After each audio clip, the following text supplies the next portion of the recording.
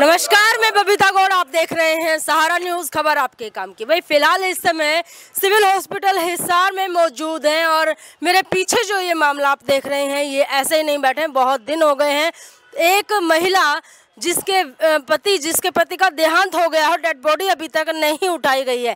कारण मैं बता दूं, जो महिला है दीपक की घरवाली जो है 8 महीने से प्रेग्नेंट है और साथ ही साथ एक छोटा 4 महीने से प्रेग्नेंट है और साथ ही साथ एक छोटा बच्चा दीपक का है।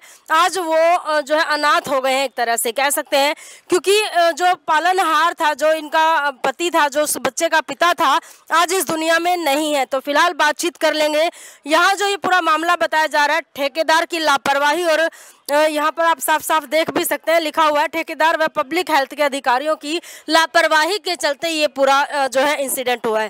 फिलहाल बातचीत कर लेंगे। संतलाल जी यहाँ मौजूद है, प्रधान जी यहाँ मौजूद है, और जो दीपक की बेवा है वो यहाँ इस समय बैठी हुई है। और तस्वीरों में देख सकते हैं पूरा परिवार जो है, माताएं, बहनें, बुआ, फूफी, सब यहाँ पर इस समय मौजूद है, महिलाएं मौजूद है। बातचीत कर लेंगे। सर नमस्कार।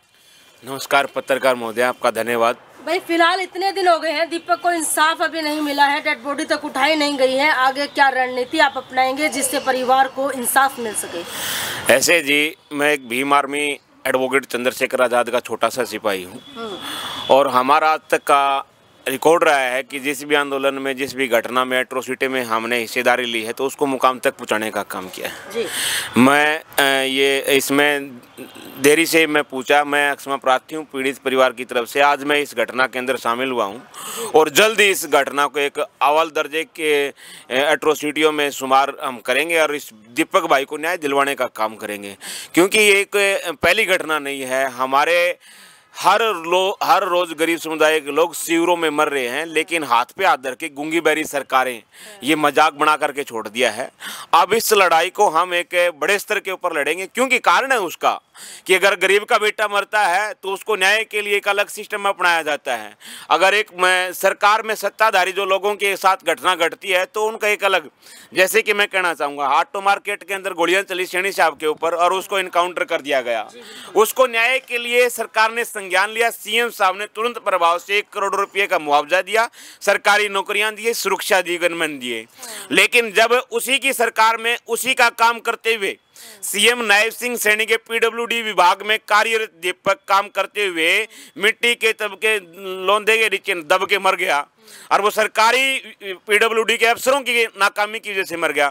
उसके 2 बच्चे, एक पेट में पल रहा है, एक अपने 1.5 साल का बच्चा बेचारा यहाँ दरी पे सोया हुआ है। उनका कोई गुनाह था? लेकिन गुनहगार को बचाने के लिए सीएम की सरकार, नायब सिंह सैनी सरकार, हाथ पे हाथ धर के इन लोगों को तमाशा बना के रख दिया। ये बेचारे 6 से 7 दिन से घर से बेघर इधर सिविल हॉस्पिटल के धरने पे बैठे हुए हैं। क्या इनका कोई गुनाह है? गुनाह इतना है कि गरीब परिवार से बिलोंग करते हैं, शेड्यूल कास्ट से बिलोंग करते हैं। इनके न्याय के लिए 1 करोड़ रुपये नहीं दिए, सीएम साहब के खाते में 1 करोड़ रुपये नहीं है, इनके लिए नौकरियां नहीं है। लेकिन मैं कहना चाहता हूँ, बीजेपी की सरकार संज्ञान ले, आंख खोल करके हम लोग तख्त और ताज भी बदल सकते हैं। ये गरीब समुदाय क्रांति भी कर सकता है और ईंट का जवाब पत्थर से भी दे सकता है।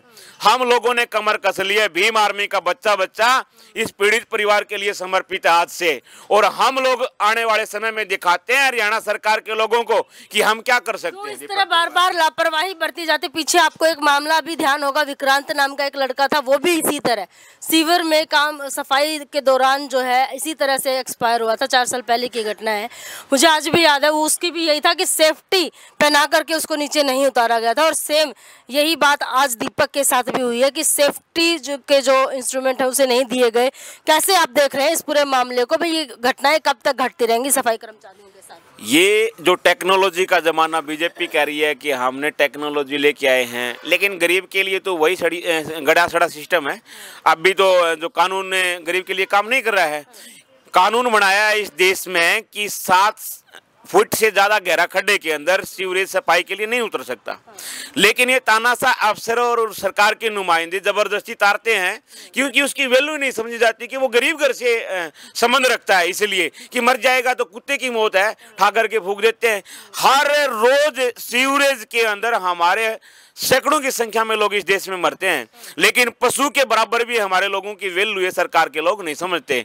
क्या सीवरेज सफाई के लिए मशीन तैयार नहीं हो सकती? मशीनें हैं, सीवरेज को साफ करने के लिए मशीनें हैं, लेकिन वो मशीनें जहाँ पर बड़े बड़े घरानों के बड़े बड़े सेक्टर, बड़े बड़े नेताओं की कोठियाँ होती हैं, वहाँ पर वो मशीनों से साफ किया जाता है। और जहाँ पर एक कॉलोनी है, नॉर्मल जो मीडियम में जो मध्य वर्ग के लोग रहते हैं, वहाँ पर इन लोगों को गहरे गड्ढे में जानबूझ करके उतारा जाता है और उसकी मौत की कोई वैल्यू नहीं होती। हर रोज हमें तो देख रहे हैं, इधर भुक्तभोगी है हमारे तमाम सैकड़ों की संख्या में हिसार के अंदर हमारे 22 शिविरों में इनकी सफाई गंदगी साफ करते करते मर गए, लेकिन आज तक इन लोगों ने कोई सिस्टम में बदलाव नहीं किया। लेकिन हम लोग कमजोर नहीं है, अब संसद से लेकर विधानसभा तक लेकर के और रोड तक लेकर के मजबूत हैं। अब इन समस्याओं का निदान करने के लिए हम रोड पे आएंगे और उसका जिम्मेवार हरियाणा सरकार, नायब सिंह सैनी, हिसार की घड़ी सड़ी व्यवस्था के शासन प्रशासन होगा। प्रधान जी, कितना समय हो गया आज दीपक को? दीपक को आज 7वां दिन हो गया। और अभी तक प्रशासनिक कोई अधिकारी आपके पास आया कि नहीं आया? प्रशासन का अधिकारी यहाँ तहसीलदार आया था और तहसीलदार का मतलब लैंग्वेज ऐसी थी कि यहाँ दरी पर बैठने के लायक भी नहीं था। अच्छा, हाँ। क्या बोला वो बोला आकर के मतलब यहाँ आकर के मतलब कम से कम दरी पा करके आदमी मतलब दो शब्द जो ना परिवार के लिए बोलता है।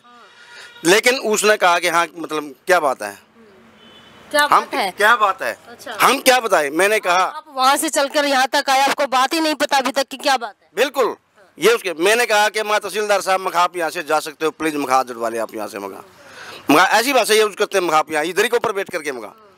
उसके बाद मतलब जो ना कल एसडीएम साहब का फ़ोन मतलब पुलिस के माध्यम से एसडीएम साहब का फ़ोन हमारे पास आया था। मैंने कहा बोला कि आप बोला संस्कार कर दो और बोला आपकी बोला हम डिमांड हम सरकार के पास भेज देंगे। मैंने कहा मैं बोले आप मखा जो है ना डी साहब को यहाँ धरने पर बुलाओ और डी साहब धरने पा करके हमारे को मतलब जो ना लिखित रूप में आश्वासन दे, उसके बाद हम देखते हैं।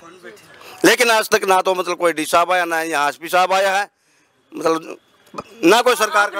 आपने जिक्र किया था पिछली कवरेज में मेरे को कि एसएचओ साहब आए थे। हाँ। एसएचओ सिटी एसएचओ साहब आए थे, उन्होंने क्या बोला था और उनकी बात पर वो कितना खरे उतरे? देखिए एसएचओ साहब हमारे पास आए थे, यहाँ डिप्टी साहब भी आए थे, लेकिन डिप्टी साहब तो एक ही बात कह रहे थे कि आप मतलब जो है ना संस्कार कर दो।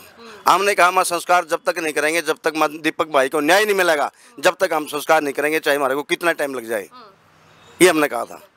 तो अभी आपको क्या लगता है कि कुछ न्याय मिलने की उम्मीद है या आगे की कोई रणनीति आपने तय की? रणनीति ये है कि हम लोग अब पीड़ित परिवार से बातचीत करके इस आंदोलन को आगे बढ़ाने का हम डिसीजन ले चुके हैं। डिसीजन ले चुके हैं और हम इस आंदोलन को आगे बढ़ाएंगे। और कल आंदोलन की क्या रूपरेखा होगी? कल शाम को प्रेस नोट के माध्यम से अवगत करवा दिया जाएगा सभी मीडिया के साथियों को, सामाजिक लोगों को, संगठनों को, लोगों को। ये एक नॉर्मल घटना नहीं है। अब हम ऐसा आंदोलन करेंगे कि आगे भविष्य में इस टाइप की घटना कोई न हो हिसार के अंदर। तो फिलहाल इस समय सिविल हॉस्पिटल हिसार में मौजूद हूँ। हालांकि कहा जा रहा है कि तहसीलदार यहाँ आ चुके हैं, सिटी एसएचओ यहाँ आ चुके हैं, डिप्टी साहब भी यहाँ आ चुके हैं, लेकिन फिलहाल जो है कोई निर्णायक फैसला नहीं हो पाया है। तो फिलहाल बने रहिएगा, इस केस से जुड़ी हर अपडेट आपके साथ साझा करते रहेंगे। मैं बबीता गौड़, कैमरामैन सविंदर के साथ, सहारा न्यूज़।